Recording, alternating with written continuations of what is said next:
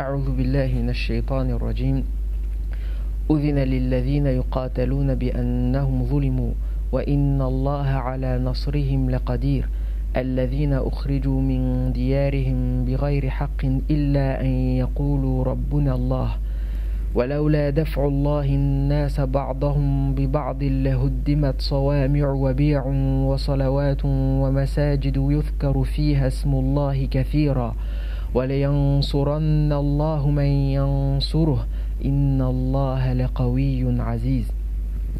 بسم الله الرحمن الرحيم. الحمد لله رب العالمين وأصلي وسلم على أشرف الأنبياء والمرسلين نبينا Muhammad wa ala alihi wa ashabihi ajma'in. Donc on a fait une série de vidéos. Là c'est le 7e épisode sur la notion de djihad, la notion de combat interne, la notion de combat spirituel.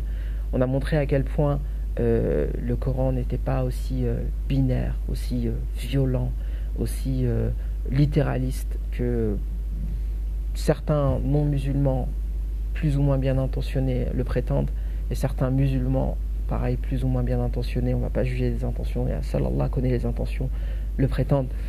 Et j'ai voulu conclure en fait avec ce verset, parce que ce verset de Surat Al-Hajj est un verset qui prouve en fait que l'islam n'est pas la religion qui a commencé les hostilités. Le contexte de l'époque, le contexte de la Mecque, le prophète sallallahu alayhi wa sallam reçoit une révélation et reçoit l'ordre de prêcher sa religion, de la propager. Les Mécois ont tout fait pour l'en empêcher. Ils ont tout fait pour persécuter, torturer, tuer les adeptes de l'islam jusqu'au moment où c'est devenu intenable. C'est à ce moment-là que le prophète sallallahu alayhi wa sallam a reçu l'ordre de quitter la Mecque pour aller à Médine. Entre-temps, les compagnons du prophète sallallahu alayhi wa sallam ont par deux fois fait un exil en Abyssinie et la situation n'était pas tenable et le prophète sallallahu alayhi wa sallam est parti à Médine et il a fondé son état, et c'est à ce moment-là qu'il a commencé à répondre en fait aux attaques. Et donc en fait ce verset nous apprend que l'islam n'est ni une religion de paix ni une religion de guerre. C'est tout simplement une religion de justice et d'équité. Et je pense qu'en fait c'est la notion cardinale de tous les systèmes politiques qui se respectent en fait. Un système n'est jamais un système à proprement parler de guerre, sauf pour des systèmes un peu particuliers comme le nazisme ou autre, mais un système qui vise le bien-être des gens, des humains, est un système qui est fondé sur l'éthique, qui est fondé sur la justice.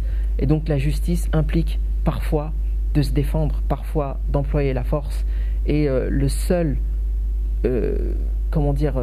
seule volonté des croyants de l'époque, et la volonté des croyants de toute époque, c'est tout simplement de pouvoir pratiquer leur religion en paix.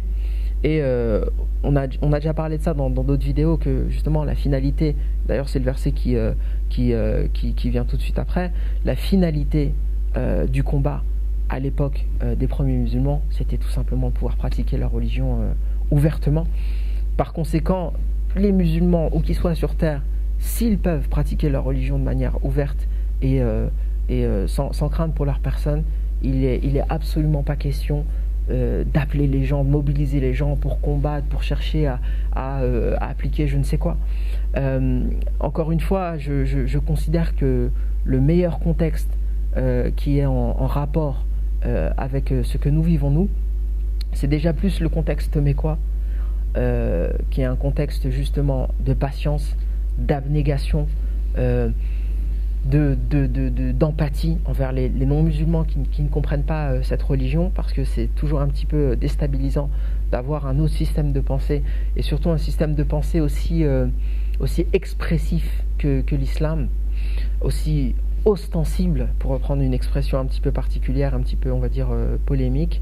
Mais oui, l'islam est une religion ostensible, c'est-à-dire visible, mais n'est pas une religion ostentatoire, hein.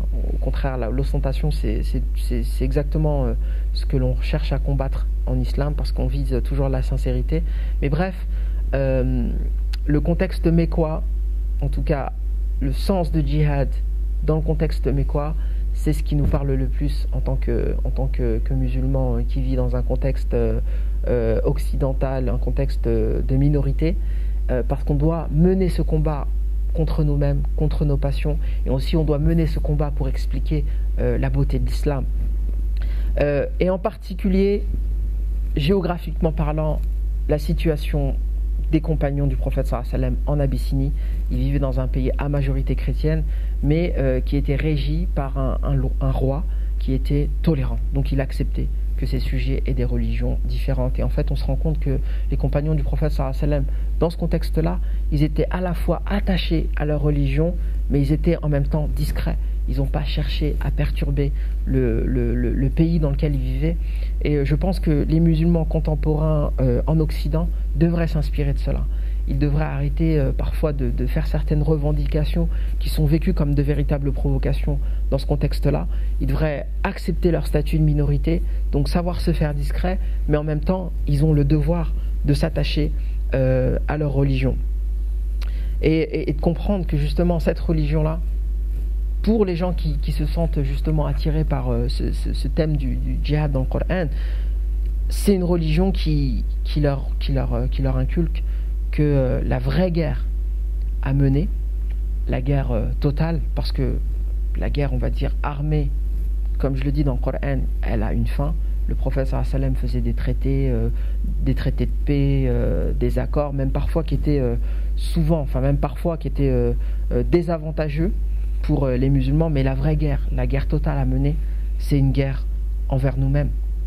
Le sens de djihad, dans la plupart des versets du Coran, et en particulier les versets mécois, c'est un sens, en fait, c'est une doctrine de l'action. C'est certainement pas une doctrine de la passivité. L'islam n'est pas une religion de la passivité, mais c'est un concept qui conçoit la vie comme un champ de lutte.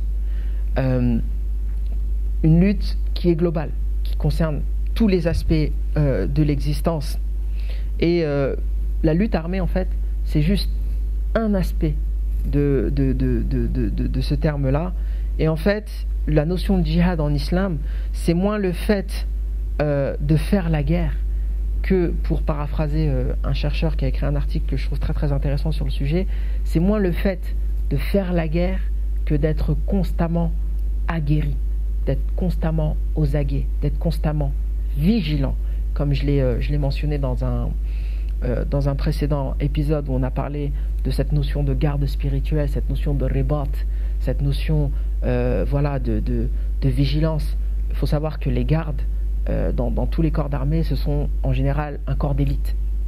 Les gens qui fréquentent les mosquées avec assiduité, les sœurs qui sont constamment attachées avec cette force spirituelle à leur pudeur vestimentaire, les gens qui œuvrent plus discrètement pour soulager les souffrances des pauvres, tous ces gens-là qui se battent pour affirmer leur foi, pas pour l'affirmer aux autres, mais pour l'affirmer avant tout à eux-mêmes et l'affirmer à leur Créateur, tous ces gens-là sont en vérité des combattants, mais des combattants de la spiritualité, des gens qui se battent contre le vice, des gens qui se battent contre leur propre vice avant de se battre contre le vice des autres, des gens qui essayent d'appeler à l'islam de la meilleure des manières, c'est-à-dire appelle les gens au chemin d'Allah avec la sagesse et avec les exhortations persuasives. Et je pense que en tant que musulman, en tant qu'imam de mosquée, en tant que responsable de la communauté de fidèles qui fréquentent ma mosquée, je pense qu'on a ce devoir d'autocritique.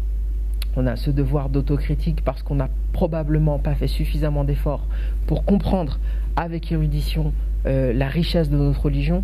Ensuite, on n'a pas suffisamment fait d'efforts pour s'éduquer à travers, s'éduquer à cette spiritualité qui est d'une richesse et d'une exigence vraiment profonde.